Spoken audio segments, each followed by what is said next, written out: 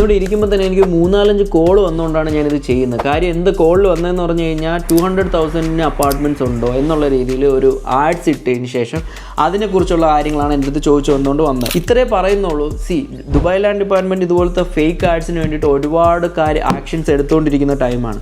അവർക്ക് അതിനനുസരിച്ചുള്ള പണികൾ കിട്ടിക്കോളും. അതല്ലാതെ നിങ്ങളിപ്പം ഇതുപോലൊരു ആഡ് കാണുകയാണെന്നുണ്ടെങ്കിൽ നിങ്ങൾ അതിനെക്കുറിച്ച് റിസർച്ച് ചെയ്യുക. ദുബായിയുടെ ഇപ്പോഴത്തെ കറണ്ട് മാർക്കറ്റ് ട്രെൻഡും പ്രൈസും കാര്യങ്ങളൊക്കെ വെച്ചിട്ട് റിസർച്ച് ചെയ്തതിന് ശേഷം മാത്രം ഒരു ഡിസിഷൻ എടുക്കുക. ഇപ്പോൾ അവരൊക്കെ ചെയ്ത കണക്ക് എന്നെ പോലുള്ള നിങ്ങൾക്ക് വിശ്വാസമായിട്ടുള്ള ആൾക്കാർ, നിങ്ങൾക്ക് ഇതുപോലെ വീഡിയോ നിങ്ങൾ കണ്ടുകൊണ്ടിരിക്കുമ്പോൾ നിങ്ങൾക്ക് വിശ്വാസമായിട്ടുള്ള ആൾക്കാരുണ്ടാവില്ല, അവരുടെ അടുത്ത് വിളിച്ച് ചോദിക്കുക എന്താണ് ഇതിനകത്തുള്ള സംഭവങ്ങൾ, ഇതെന്താണ്, ഇത് ആക്ച്വലി ഒറിജിനൽ ആണോ, അത് എന്താണ് അവർ ഉദ്ദേശിക്കുന്നത്.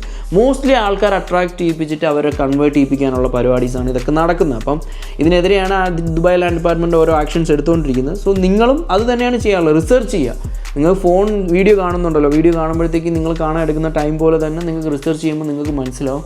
അതുപോലെ തന്നെ നിങ്ങൾക്ക് ട്രസ്റ്റഡ് ആയിട്ടുള്ള ആൾക്കാരുടെ അടുത്ത് വിളിച്ച് ചോദിച്ചു നോക്കുക. ഓരോ ആൾക്കാരെ നിങ്ങൾക്ക് കാണുമ്പോൾ അറിയാം, വീഡിയോ കാണുമ്പോൾ അറിയാം. ട്രസ്റ്റഡ് ആയിട്ടുള്ള ആൾക്കാരെ വിളിച്ച് ചോദിച്ച് മനസ്സിലാക്കിയിട്ട് മാത്രം ഡിസിഷൻസ് എടുക്കാം.